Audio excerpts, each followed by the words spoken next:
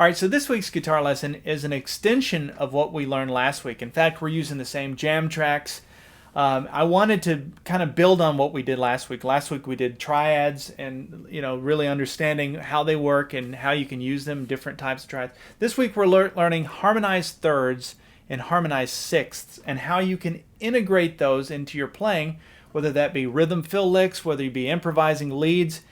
You're going to find that it's pretty easy once you understand how to see them and how to connect them to chord shapes that you know, then playing them is actually fairly easy. And so that's what the goal of this lesson. By the end of this, you're going to have a very good understanding of what they are, and there's some practical application. Obviously, the tablature and the jam track and everything you need to be able to practice a piece.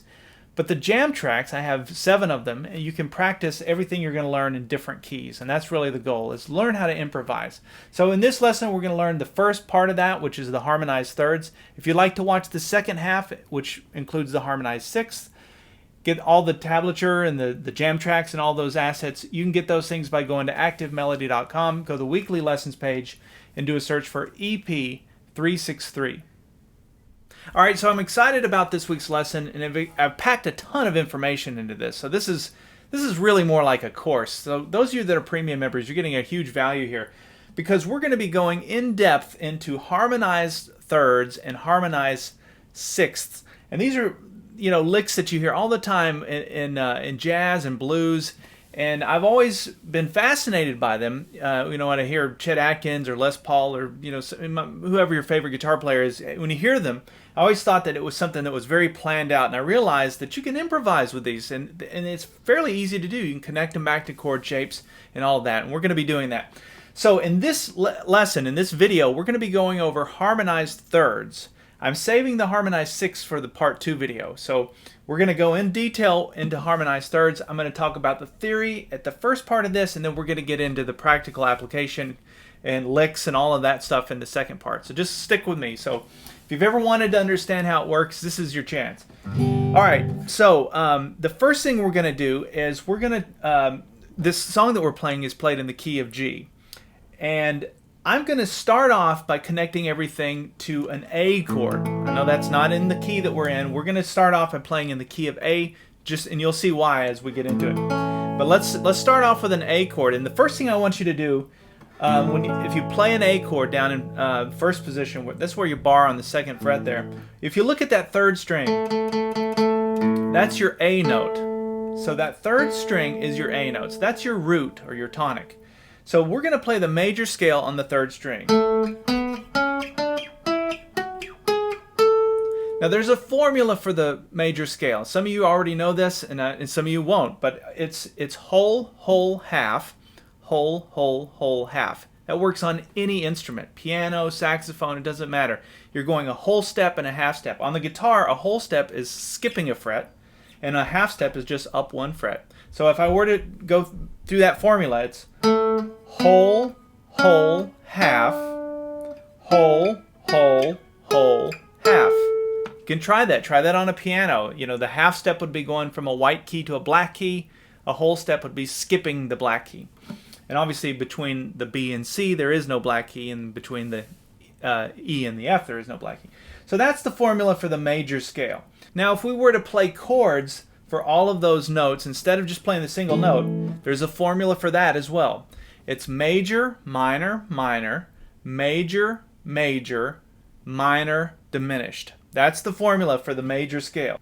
It's major, minor, minor, major, major, minor, diminished, major. And that last major is the same as the first one. We're just an octave higher. Okay. So that's just sort of some basic sort of theory 101 on chord structure. And those would be all the chords in the family of the key that we're in. So in this case, we're just playing all of these chords in the key of A. Now, if I were to look at 2 shapes, if you notice all of that was really played off of 2 shapes. I was saying major or minor. Well, we're going to use those same 2 shapes, but now we're going to only play them on 2 strings. We're going to be on strings 2 and 3. So we're going to look at that 3rd string. Remember, that was your A note. And then if I were to play the note above that, it's just really the 2 notes in the chord. That would be my major shape. Now if I were to play it like this, that would be my minor shape. So we're going to use that same formula now. Major, minor, minor, major, major, minor, minor, major. And play the major scale harmonized. And those are harmonized thirds. So what that means is there's 3 intervals in between this note and this note. To demonstrate that, if we're looking at the major scale, we put a number to each of those notes. 1, 2, 3. So there's your 3 intervals. 1, 2, 3. So this note and this note, I'm just going to play this note here. They're 3 intervals apart, and that's the case with each one of these. So they're just sort of a it's the same scale, you've just sort of staggered it now. You've offset one by 3 intervals. And that's what's going on there. That's how you get that harmonized third sound at its simplest. So just remember those formulas. So for now, all you need to remember is if you're using that A chord shape as your starting point, you can look at where that bar is and let strings 2 and 3 be your 1, or the beginning of that major scale. Okay, now let's switch back into the key of G. And the reason I started with A is I wanted you to be able to see me making that bar, so that if I were to say play this in the key of C now, you could just play the C chord using that A shape, and you could do the same thing. Same formula all the way up. Okay, so we're going to go to the key of G, so that means we're going to go down A flat. There's your G. So if you notice, a G is just the open strings 4, 3, and 2. Now let's play the major scale in G using harmonized thirds, the same formula. So we're going to play strings 2 and 3. That's your major, minor, minor, major, major, minor, minor, major. Now notice that last minor, I'm saying it's a minor. At the beginning I said it's a diminished chord. It actually is 2 notes in a diminished chord, but it works out in these little shapes to just call that a minor as well. So in every one of these instances, in the harmonized thirds, same in the harmonized sixths, we'll get into that in the next video, but it's using the major shape and the minor shape, and it's just it's a variation of one of the 2. So now I can play the G major scale harmonized thirds all the way up on strings 2 and 3. Now let's look at strings 1 and 2. There's method to this madness. Just bear with me. We're going to get into how you can connect it to something you can actually use here in a minute. So let's look at strings 1 and 2. So instead of those 2 notes, which are the G and the B, I'm going to find them in a different position. I'm going to find them here. So I've got my index finger on the 7th fret 1st string, my middle finger on the 8th fret 2nd string. Now, what's an easy way to find that instead of just like memorizing it? Well, think about your chord shapes. So remember, we started this one by connecting it to the A shape. Well, if we think of the D shape, so if you make a D chord and you play it up here, you're actually playing a G chord. If I look at strings 1 and 2, that could be my starting point. So that would be the same as that. And we have the same 2 shapes. So we have your major, minor, minor, major, major, and then we would have to reset down here and play it like that. But it's the same formula. Notice it looks a little different. So your major shape now looks like that, and your minor shape looks like that with a fret in between it. But it's the same little, like, you know, the 2 formats. You have the major format and the minor format, and it's going to be a variation of those. So with that scattered information, well, it's fairly organized, I shouldn't say it's scattered, but with that information, that big data dump there, you now have the information to be able to play harmonized thirds on strings 2 and 3 and on strings 1 and 2. Now I realize that you are probably following along and saying, okay, I get that, I still don't know how I would ever use that in a practical way. Well, that's what we're about to do. We're about to connect it to something practical, but before we do that, I want to show you what I like to do when it comes to playing the major scale. I typically don't play it. Even though I love these harmonized thirds, what I actually end up playing is the harmonized third version of Mixolydian mode. Now I know it's like, now we're getting into the deep end, but trust me, Mixolydian mode is just the major scale, but it sounds bluesy. That's the easiest way to describe it. So we're going to just call that Mixolydian scale for now. But Mixolydian mode is the same notes as the major scale, but you flat the 7th. So if I go 1, 2, 3, 4, 5, 6, 7. There's my 7. We're going to flat it though. So now it sounds like this. It almost sounds kind of wrong when you just hear it. However, if you hear it in context, if you hear somebody playing a lead over that, or lead using that, you're going to hear what that sounds like. It sounds really powerful. Jerry Garcia was a big fan of Mixolydian mode, and you would hear most of his solos were involving that. A lot of great bluegrass artists and blues artists will go into that Mixolydian thing. So what that means is, if we're playing the major scale, but we want that to be Mixolydian or have that bluesy sound, we're going to go to the 7, and we're going to flat the 7. So it sounds like that. Now, if I'm flatting the 7 there, you should be thinking about this. Remember, we're playing 2 scales at once in actual fact. Well, they're both the G major scale, but they're offset by those 3 intervals. So what that means is I'm going to have to change it in another position. So it's going to be the 5th position and that 7th position. So when you play it, 1, 2, 3, 4, 5, we're going to have to flat the 5. And then we walk it up. So now that scale sounds like this.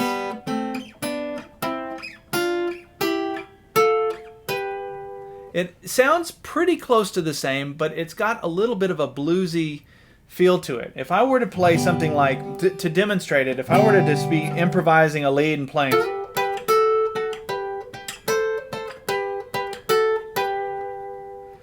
something like that, right? All major scale, very happy. Listen to the difference if I switch that and play Mixolydian mode using the harmonized third. So it's going to sound like this.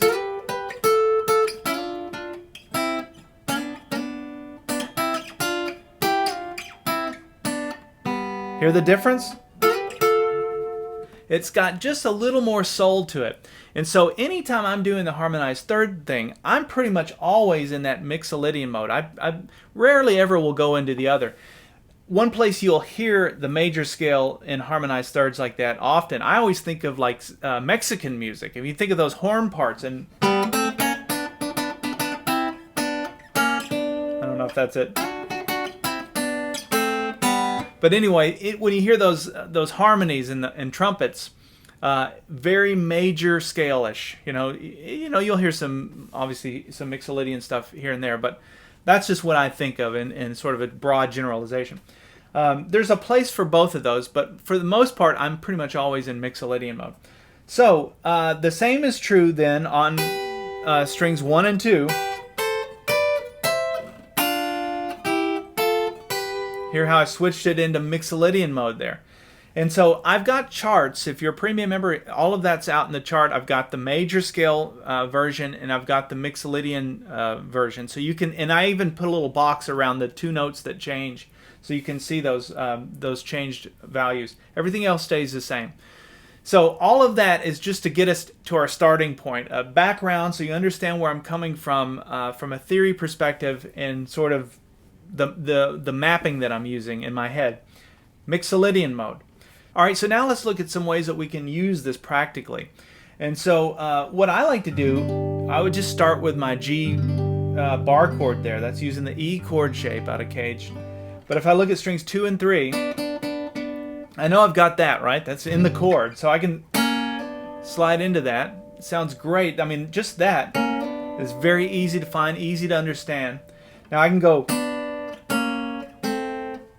and walk it down to the open. Now remember, that was our starting point, that open, like that. And to play the scale, it's like this. But you can also walk, in this case, you can walk chromatically and fill in that extra little spot there. So now I've got, if I'm playing something in G, I've got all kinds of things I can do just in that little neighborhood there. Now, if I work in this, now this is not a harmonized third. This would be actually a harmonized fifth, but we're not going to get, this is the Chuck Berry thing. It's minor pentatonic scale, but it's right there in the chord, strings 1 and 2 on the 3rd fret. Now look at this. I can go. I can mix those two. Now it's starting to sound like something. And I'm just making it up.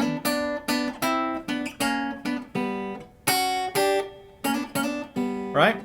Now let's work in the that Mixolydian mode thing.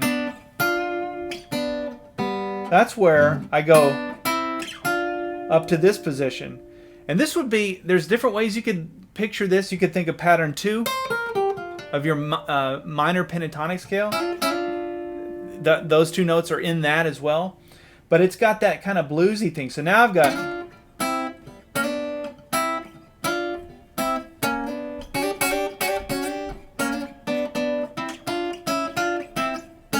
So anyway, what I like to do, I'm just using this as a demonstration, is I have a starting point. Always have a starting point. Always have something you can anchor everything to. And from here, it starts to all make sense. All these, you know, these licks, they have something that they can live within, like a little container. So all of that would be played around that chord shape. If I come up to that D chord shape, I've got strings 1 and 2. And never, always, well, not always, but don't be afraid to slide into notes. If that's where you're trying to get, start a half step down and come into it like that. And also the chromatic thing. And all I'm doing there is just major scale. Right? It's the same as that, but it's an octave higher. That'd be like going... So, hopefully this has given you some ideas so you can connect licks to this chord shape now. And then let's come up to this chord shape, which is your A chord shape. And one of my favorite things to do with a harmonized third is if I look when I'm playing that A chord shape here, playing the G chord, I'm really on 2 frets. I'm on the 12th fret and the 10th fret. So I've got those 2 boxes to think about. So now, if I play strings 2 and 3 on the 12th and 2 and 3 on the 10th, I'm going from the major to that flatted 7th, or that Mixolydian sound, and I can walk it down. So that you can use that in the place of a G7 chord, right? And you can do that in 2 places. So you've got, and then you've got. So, you know, these are just some ideas with licks, you know, some very basic ideas, but this will definitely get you started. And what I want you to do outside of learning the composition is to just take the jam track, put it on, and start playing. Just start taking this information and seeing what you come up with. Start with harmonized thirds. Just get them on strings 2 and 3, strings 1 and 2, and start working around. And you'll find things like that, you know, just kind of popping out. And it's not that difficult, especially when you connect it back to a chord shape. All right, so now that we have that information under our hats, let's put it to use, and let's take a look at the intro piece that I was playing. I started off right there with a harmonized third.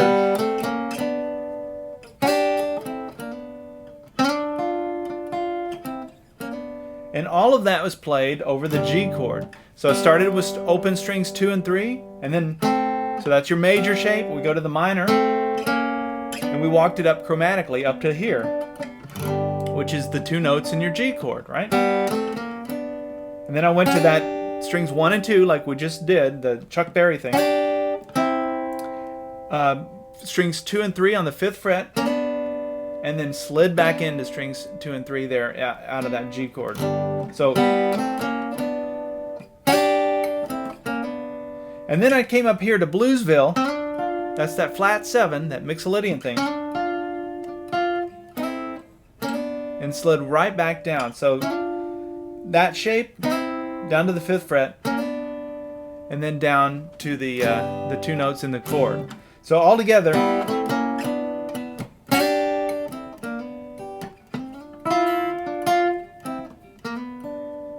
And then the song goes to the C chord, which is our 4 chord. And I wanted to reiterate the point of what we were just doing there, so I went right into the same lick, but in the key of C now, because we've switched to the 4 chord. So I'm going to take the same principle. With the G chord, we had the open strings 4, 3, and 2, but we're just going to play it up here now. because that would be a C chord. Remember, there's your C chord using the A chord shape. Hopefully this is starting to make some light bulbs go off there. So if we take that C chord shape and we do the same thing we did over the G, right? Now we're playing over the 4 chord. And look at this. What happened there? There's the Chuck Berry thing. Just like we did down here, we're doing it up here. Because your C chord, if I look at the C bar chord, is right there on the 8th fret. So then we play that, and then I went. So now that's a little variation. This is kind of getting out of the box a little bit, but I wanted to throw it in as another kind of cool blues lick that's in the same family. So while I'm holding that down, I put my ring finger down on the 10th fret, 2nd string, slide it up to the 11th fret, back to the 10th fret, and then go back to that 8th fret, strings 1 and 2. It's just a nice little kind of country bluesy kind of lick that lives right off of that C bar chord. So that's what that lick sounds like. And then the song goes back to the G chord, back to the 1 chord. And I did that. Now what is that? That we're back in the G major scale. So remember, there's your G chord played here using the D chord shape, and I showed you can play strings 1 and 2. So I just slid up into here. Another way you can think about this is the top part of that A chord shape. That would be strings 1 and 2. That's a harmonized third that lives in that run there. So you can start to see that this harmonized third thing, the harmonized third major scale or Mixolydian scale, runs right through all of these chord shapes that we know. You know, it just sort of dissects them. So I always use those chord shapes as little anchor points. If I wanted to play up in here and play a G lick up here using a harmonized third, I'm just connecting it back to this chord shape. So as long as I can see those chord shapes, there's one there, there's one there, I have the open one. As long as I can see those, I have starting points for all these licks. So anyway, that's ring finger on the 12th fret, 2nd string, index finger on the 10th fret, 1st string. And we walked it down from that minor shape to the major shape. And once I came into that major shape, I played the 6th chord, and that we learned that in last week's lesson, so I'm not going to go into detail on that, but that's what's going on there. It's got that kind of western swing.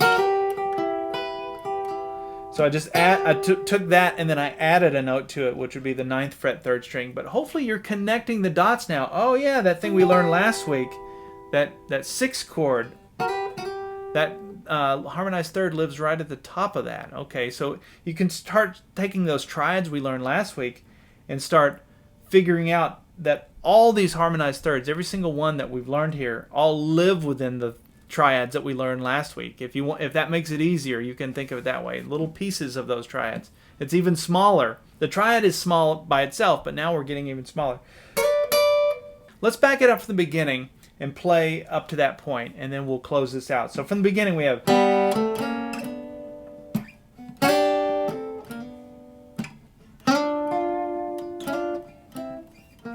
Sounds great by itself. Now we go to the 4 chord.